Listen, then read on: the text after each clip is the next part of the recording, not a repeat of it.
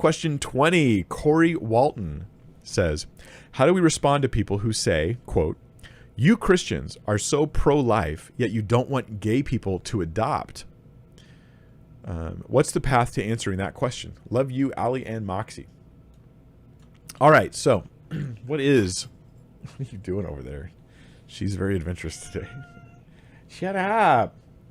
All right. Are Christians so pro-life, yet we don't want gay people to adopt? I think that what we should do is start with our values, and then we'll look at how that plays out in policy. Okay, so my values, I am pro-life, right? Like I don't think you should kill humans without really, really good reason. That's the pro-life position. I see the death penalty, I think is a really good reason, assuming that it's, the person's truly guilty, we're absolutely confident and all that kind of stuff. Yet you shouldn't give the death penalty to a baby in the womb because mom doesn't want the baby.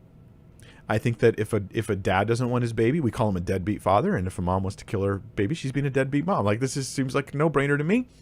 It's not a no-brainer to our culture. Our culture has turned this into an idol, but it's not new. The ancient Israelites used to burn their babies they didn't want. They would burn them on altars to Molech, turn it into a religious offering. And that's humans are just that bad. We do this. So we're pro-life. Okay, I'm pro-life. Christians should be pro-life because man was made in the image of God. Therefore, you can't just go around killing people, killing humans. Well, I don't think they're persons at that age. Okay, well, good guess. Go ahead and kill them because you think maybe they're not really persons yet. That's insane moral reasoning, but that's where people go. On the other side, we have the issue of gay people adopting. What's the issue there? Well, I think the issue there is here's a value behind it. The value behind it is that proper families are a husband and wife who have their own children. This is a proper family. Now, you have a non-standard family, like, say, adoption.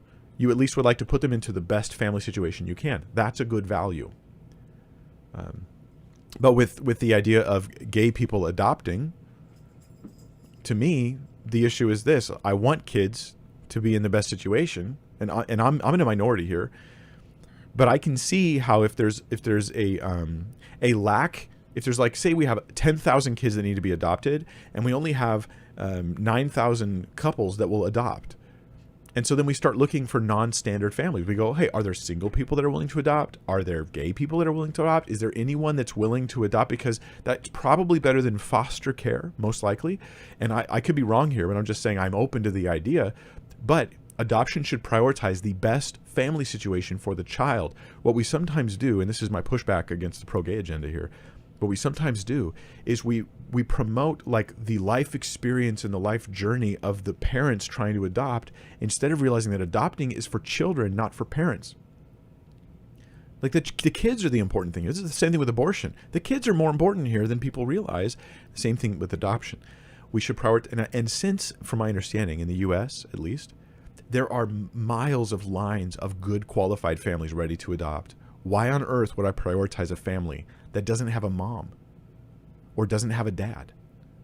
Moms and dads are important. They're not just, you can't just exchange two dads for a dad and a mom, not for the sake of that kid.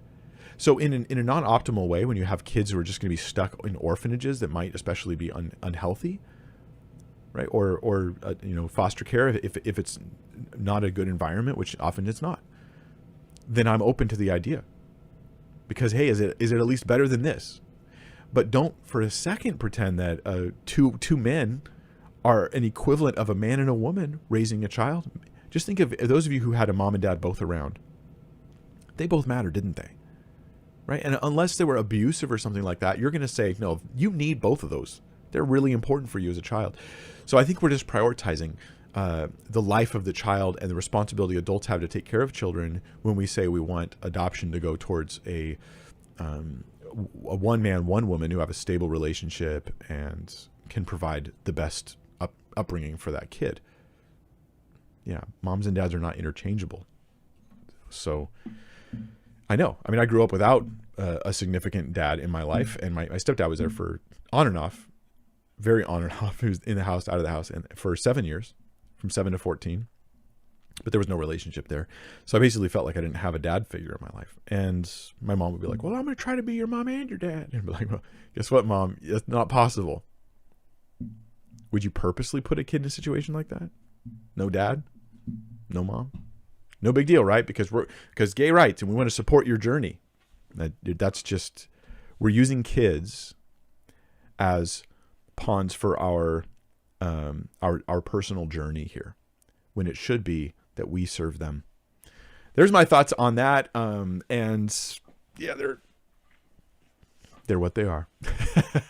You guys, thank you so much for coming and joining. This has been the Non-Christian Q&A. If this gets a good response from you guys, I'll do it again.